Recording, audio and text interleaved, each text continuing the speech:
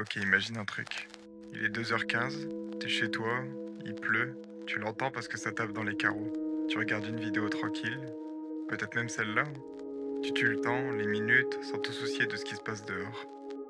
Sauf que tout à coup, à 2h17 du matin,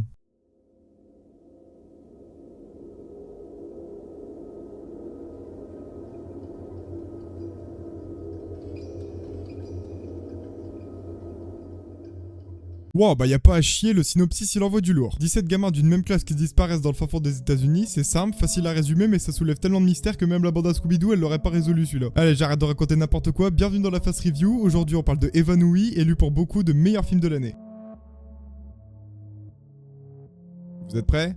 C'est parti. Evanouie est un film sorti en France et en Suisse le 6 août 2025 et aux États-Unis le 8 août de cette même année. L'idée vient de Zach Krieger, déjà réalisateur de Barbare sorti en 2022, ayant été reçu d'une très bonne manière par la critique. Avec Evanouie, il annonce vouloir aller encore plus loin dans le concept du film d'horreur qui prend à la gorge du début à la fin et pas juste un film anecdotique ne cherchant qu'à faire sursauter le spectateur. Le film est produit par la New Line et Vertigo et distribué par la Warner, autant dire que c'est les gros du game qui s'occupent de son nouveau bébé. Et le moins qu'on puisse dire, c'est qu'il mise sur son projet, pas moins de 38 millions de dollars sont mis sur la table pour le produire. Assez rare donc pour un film du genre, avec souvent des budgets tournant autour des 5 à 10 millions. Au niveau du casting, on retrouve Julia Garner dans le rôle de Justine Gordy, personnage principal de la prof alcoolique qui est traquée par toute sa ville parce que toute sa classe a disparu sauf un gosse qui est le dernier survivant du Battle Royale. En parlant du vainqueur, il est interprété par Carrie Christopher, âgé de 9 ans à ce jour. On retrouve Josh Brolin dans le rôle de Archer Graff, un parent bien vénère qui est dévasté par la disparition de sa fille, et Benedict Wong dans le rôle de Marcus Miller, un principal bien détendu pour quelqu'un qui doit régler le cauchemar de n'importe quel responsable. Après, le mec est pote avec Doctor Strange, donc tu m'étonnes qu'il s'en fout. Et enfin, obligé de le relever, on a Amy Madigan dans le rôle de Gladys Lily, antagoniste remarquable mêlant fragilité et puissance à la fois, et oui, c'est bien une femme qui l'interprète parce que beaucoup de gens en doutaient. Alors,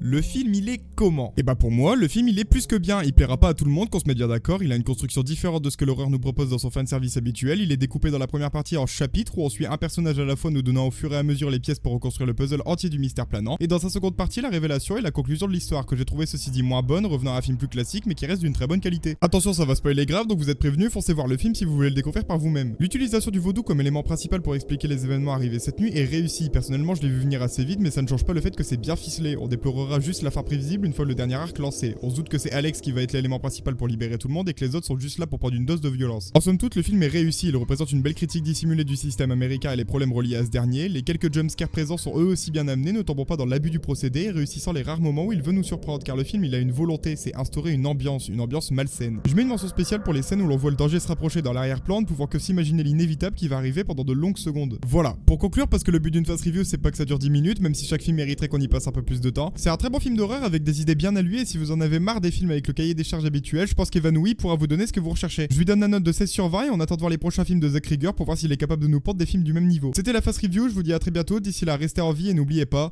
gardez une lampe allumée, on sait pas ce qui peut se cacher sous votre lit.